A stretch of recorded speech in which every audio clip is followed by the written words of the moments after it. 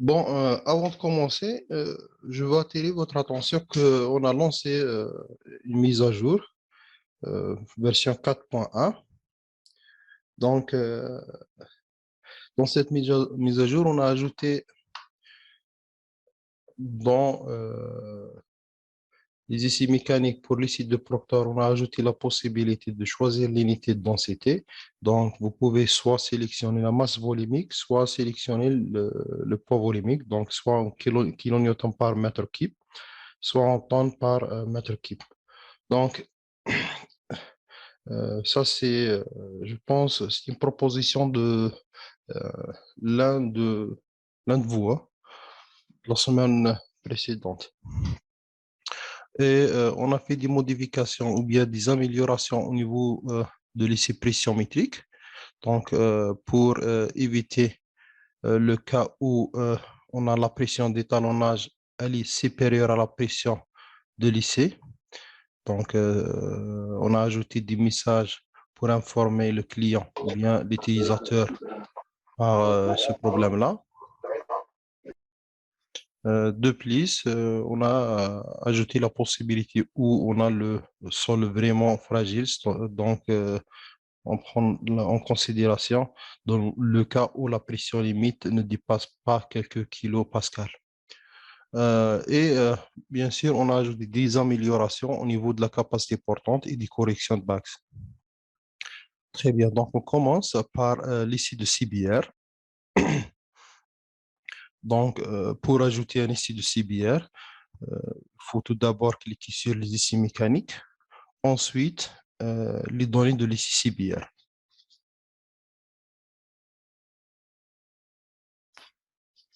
Voilà, donc cliquez sur données.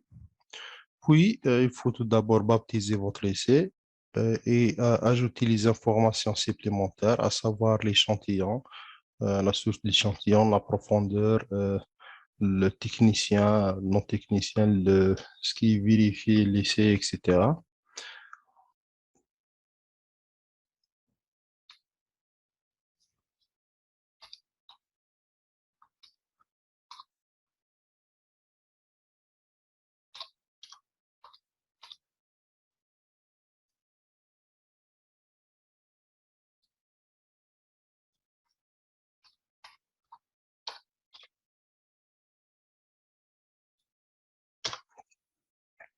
Sélectionnez le calque, la date, la norme. Donc, on a la CMD 1883 et la SHTO 193, 8e 8, la norme française NFP 94 078 et NM 13 à 128. Donc, pour la norme française, on a trois types d'indice de CBR, IPI, l'indice de CBR immédiate et l'indice de CBR immersion. Donc, par exemple, on choisit celle-ci. Ensuite, il faut saisir ou bien insérer le poids volumique gamma D. Donc, par exemple, 17,2 kN et la tonne Renault 4,2. Et bien sûr, il faut saisir la variation force delta H. Bien sûr, la force est en kilonewton et l'enfoncement c'est en millimètres. Ensuite, appuyez sur le bouton tracer. Donc, voilà la courbe force enfoncement. Donc, voilà. Donc, on peut choisir le type de courbe. Donc, pour courbe linéaire ou bien spline cubique ou bien spline cubique Akima ou bien B-shape ou bien B-spline ou bien la méthode du moindre calé. Donc, voilà. Puis, appuie sur le bouton ajouter, modifier pour ajouter l'essai. Donc, deuxième étape, c'est d'ajouter une feuille de présentation pour l'essai. Donc, cliquez sur feuille, baptisez votre essai et appuyez sur le bouton ajouter, modifier. Donc voilà notre feuille de présentation. Bien sûr, on peut modifier couleur des calques. Voilà, donc pour celle-ci, on a l'indice IPE CBR égale 45,76. Donc, pour d'autres normes, si par exemple on choisit la norme ASTM, vous remarquez que les données sont en fonction de la pression et non pas en fonction de la force. S'il vous plaît, désactivez le son.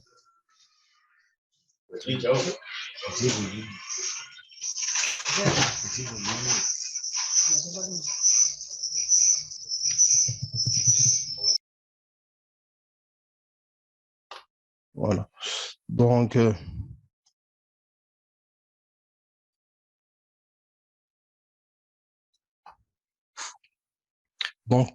pour la norme ASTM, les données sont en fonction de la pression et l'enfoncement.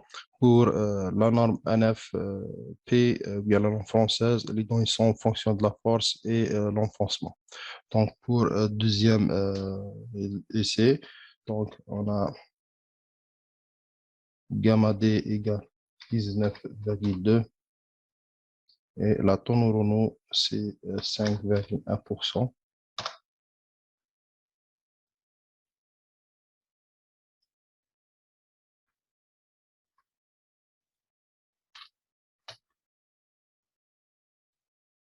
Donc, pour cette courbe, il nous faut une correction, d'accord? Donc, on applique une correction de 1,5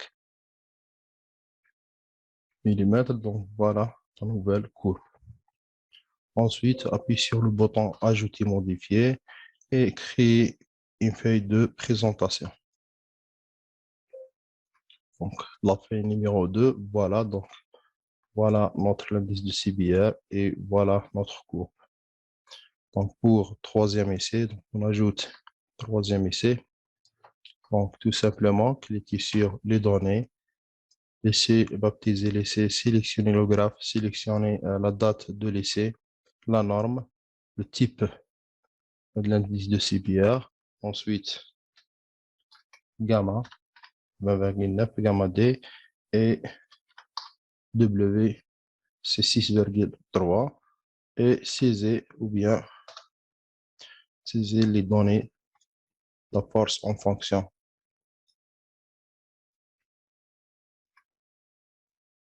de l'enfoncement. Puis appuyez sur le bouton tracé et sélectionnez le type de la courbe, voilà. Puis appuyez sur le bouton ajouter, modifier. Donc, pour la troisième feuille, voilà, c'est notre troisième feuille. Donc, voilà notre courbe.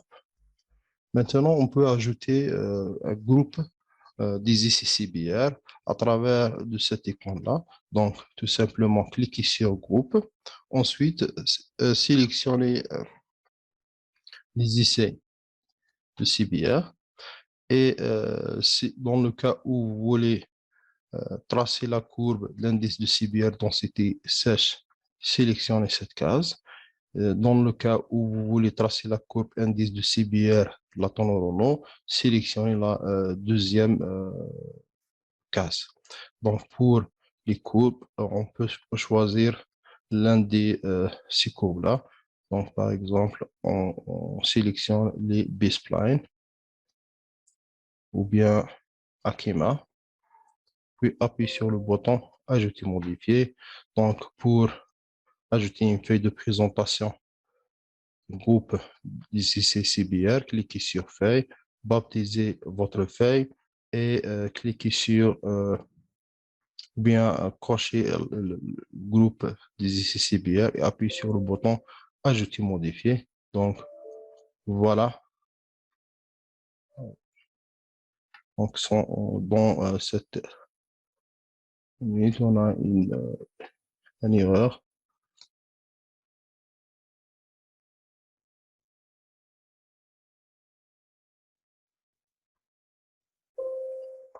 Donc, il ne supporte pas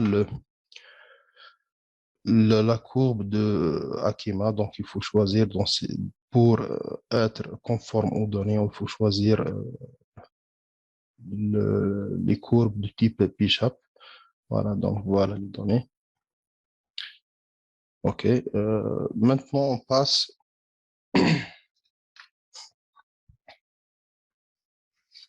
vers le module du route.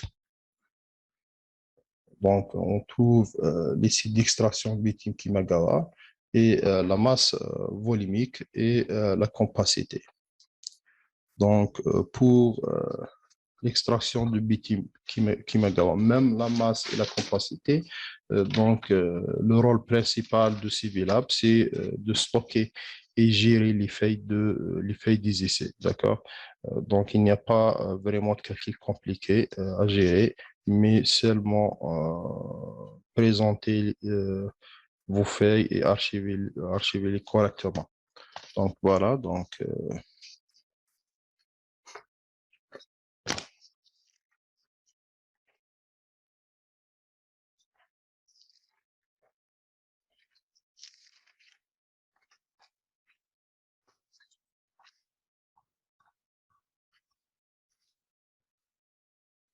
très bien. Donc, pour les sites Kimagawa, donc, tout simplement cliquer sur essai.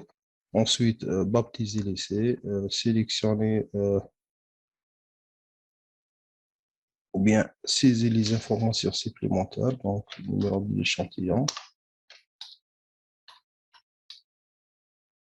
source,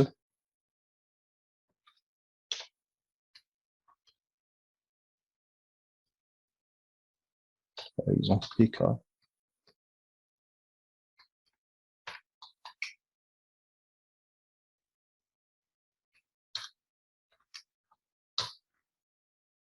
Voilà. Donc, sélectionner la date, le calque, la norme appliquée, le carrière, s'il y a lieu. Donc,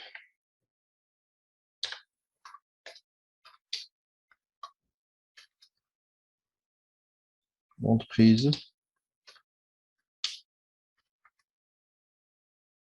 classe de Bitim. Donc, désignation.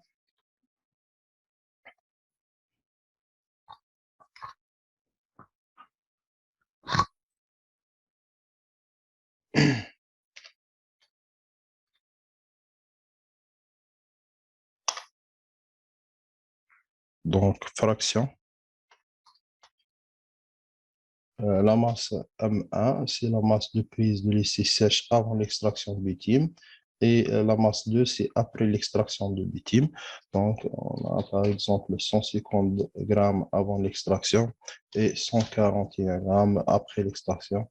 Et la teneur liant extérieure visée, c'est 6%. Donc, on peut afficher les résultats soit conformes, soit non pas conformes. D'accord? Donc, puis appuyer sur le bouton Ajouter. Donc, deuxième étape, c'est de créer une feuille de présentation. Et voilà, donc voilà le résultat. Donc, voilà, donc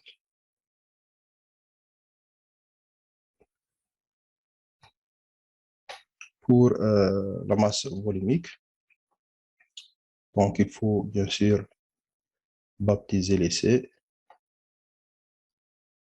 et sélectionner ou bien insérer les informations supplémentaires de l'essai, donc l'échantillon,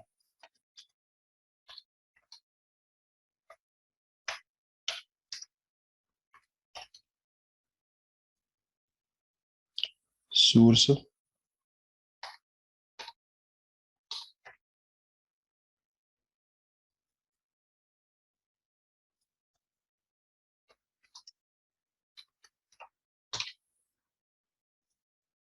voilà.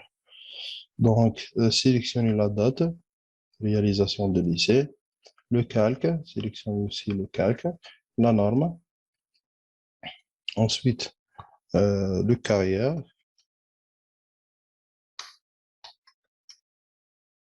Entreprise de réalisation.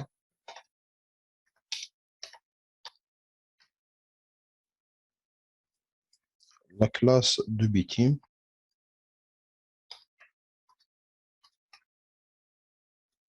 Donc, désignation. Fraction.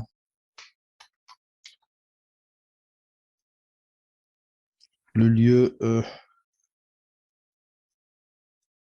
de provenance. Donc, voilà. L'épaisseur de l'épreuvette. Si on peut mettre par exemple PK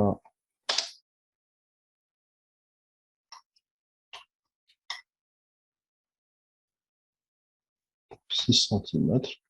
Mode opératoire de suivi, masse volumique apparent. Le produit de l'étanchéité, donc c'est paraffiné.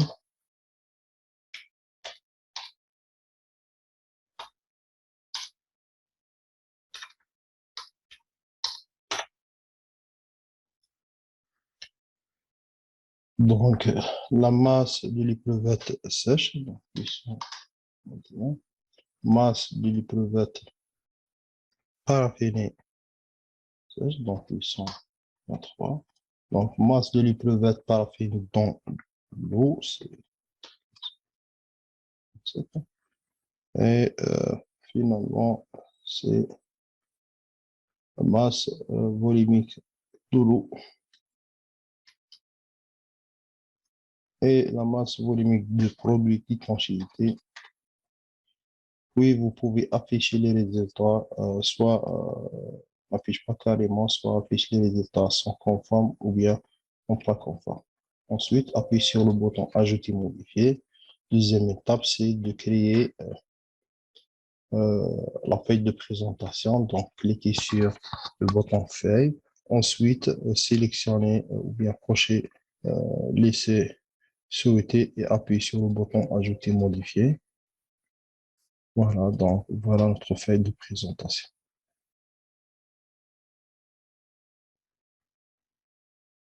Donc, pour ces données-là, on a la masse volumique apparente en kg par mètre cube égale 2069,08 kg par mètre cube. Donc, pour la compacité, bien sûr, il faut tout d'abord commencer par les données. Donc, cliquez sur Données. Ensuite, baptiser l'essai. Voilà. Donc, route nationale, numéro 18.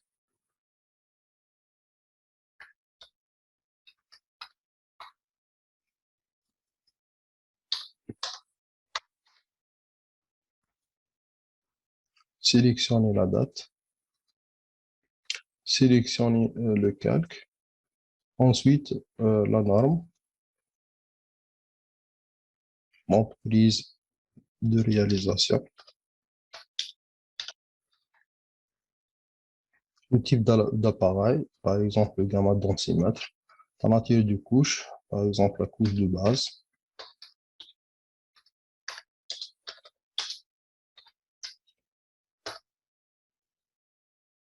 Le matériau, par exemple grave non traité 0,25. Donc la densité sèche en tonnes par mètre cube, donc 1,93 tonnes par mètre cube. Et la tonne optimum, c'est 5,9. Ensuite, on saisit les données.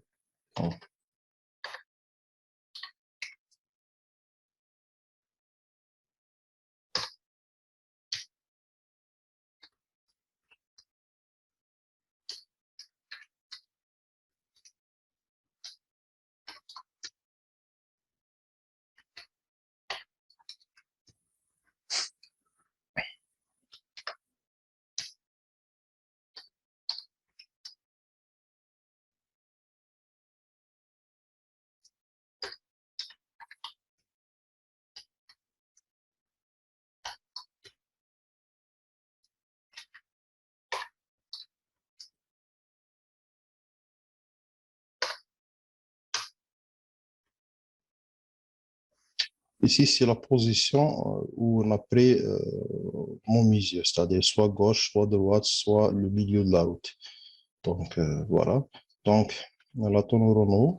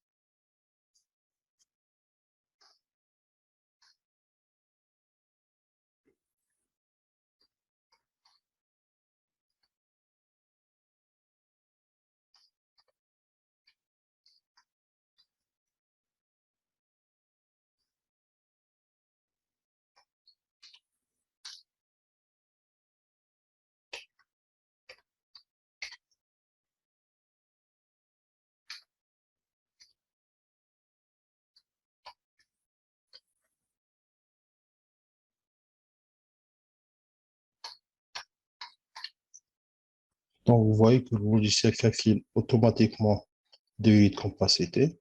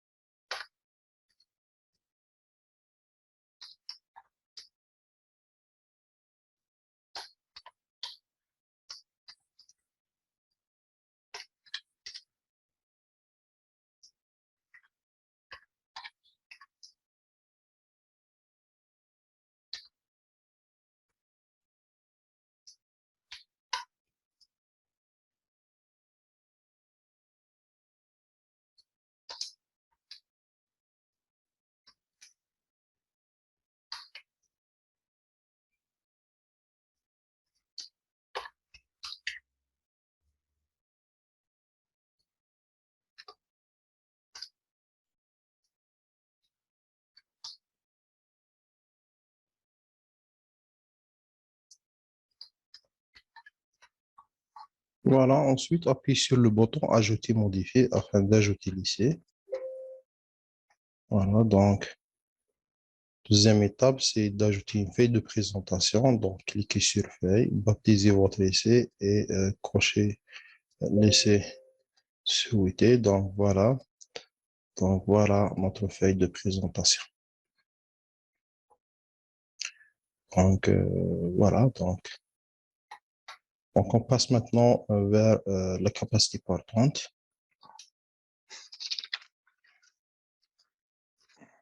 On commence par la méthode CFE ou bien méthode qui se base sur les essais de laboratoire. Voilà. Donc, on a en effet plusieurs méthodes. Donc, il y a plusieurs normes. On a l'application de l'Eurocode 7, la norme NFP 94-261 et on a la norme algérienne DTRBC 2.331 et on a l'ancienne norme française DTE 1312. Donc pratiquement la norme DTE 1312 c'est la même que la norme DTRBC 231. Donc, on commence par l'Eurocode 7.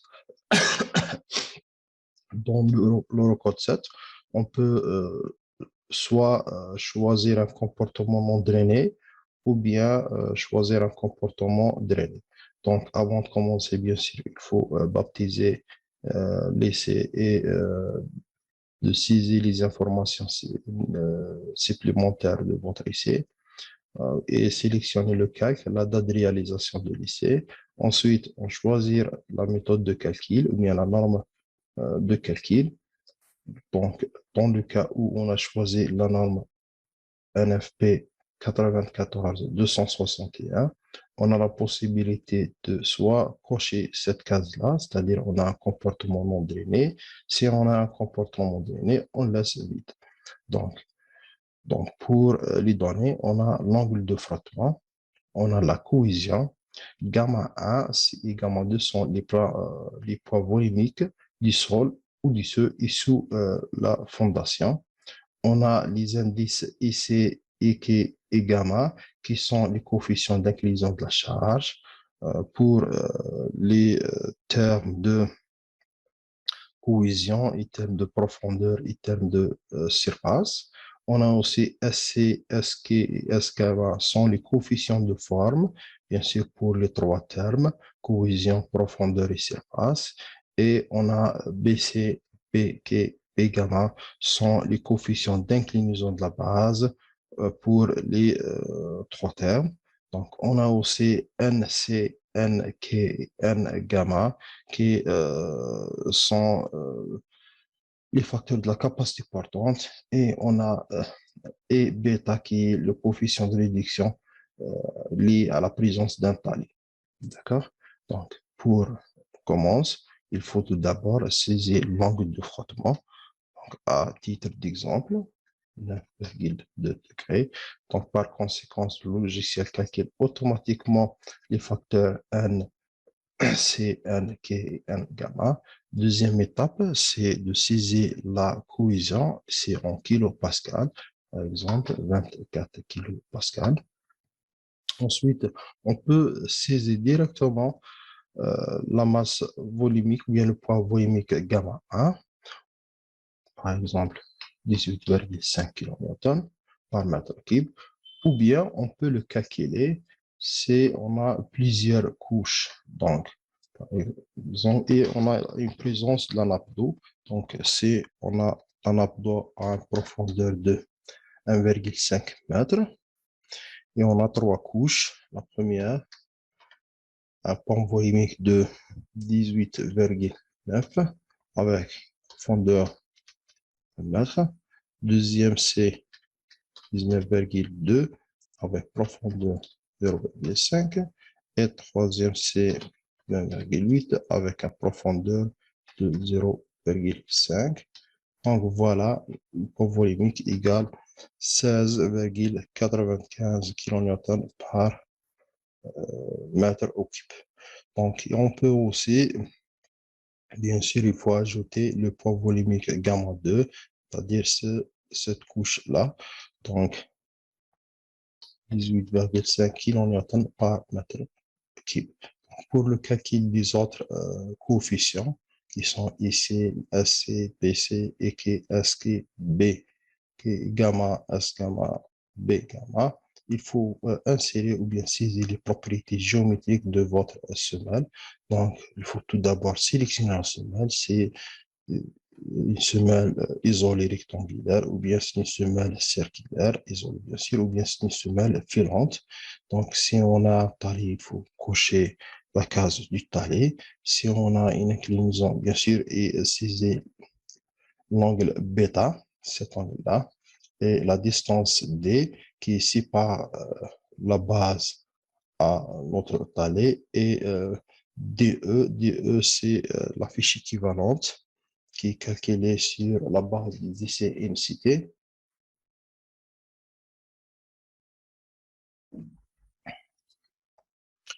Sur la base des essais INCITE.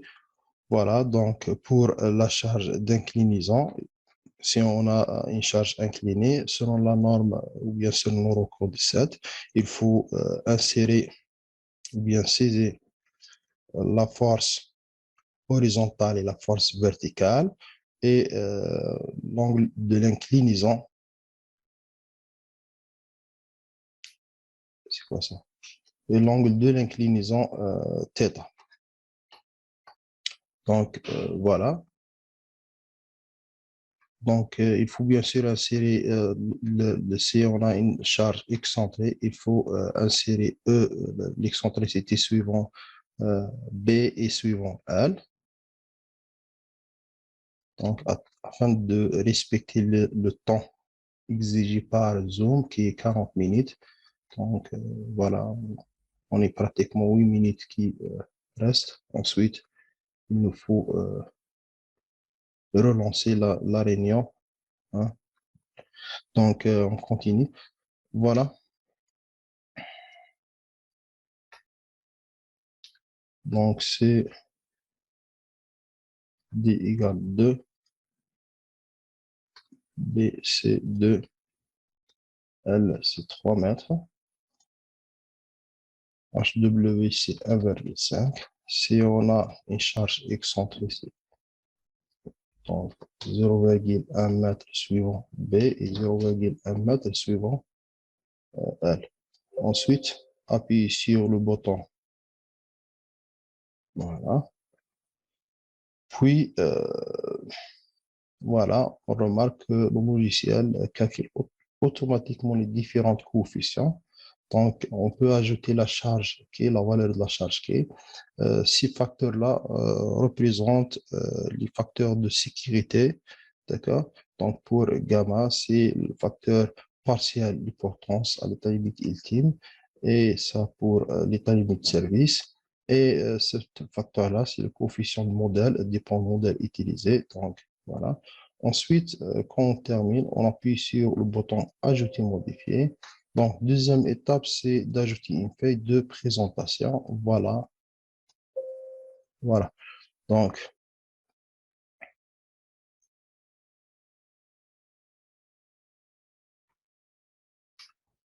voilà pour afficher les résultats. Donc, cette formule qu'on utilise pour le calcul des différentes sigma. Donc, voilà pour l'état limite ultime, il ne faut pas dépasser 137 kPa et pour l'état limite service, il ne faut pas dépasser 94 kPa, c'est-à-dire 0,9 bar. Voilà, donc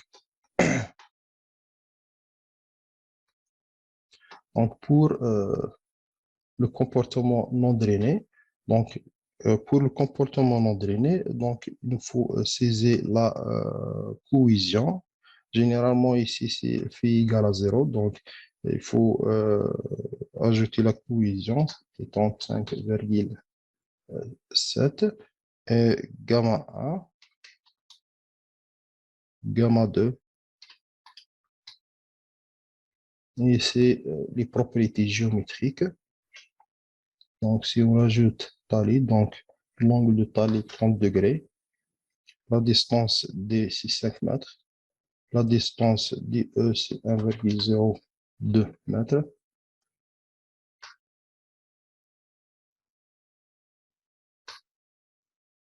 Donc la fiche D, largeur de la semelle et la longueur de la semelle, profondeur de la nappe d'eau.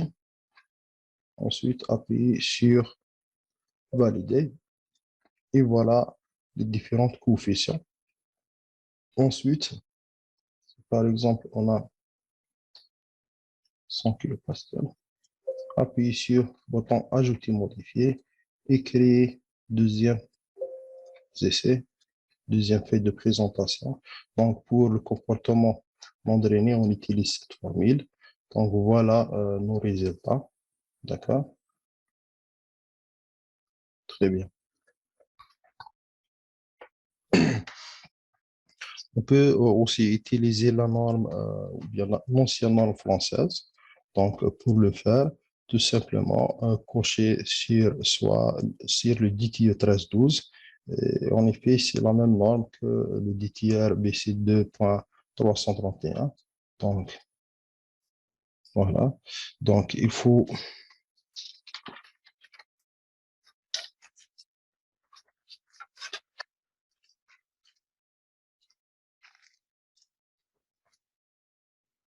bien sûr ajouter l'angle de frottement, la cohésion. le poids volumique gamma 1, le poids volumique gamma 2, les propriétés géométriques. Ici, on a une charge inclinée avec l'angle 7. Les dimensions de la semelle, donc la fiche c'est 2 mètres. Largeur c'est 2 mètres. On utilise par exemple une semelle filante et la nappe d'eau à profondeur d'1 mètre. Voilà, donc voilà les différents paramètres. OK, ici par exemple, on a une charge de 100 kPa. Donc,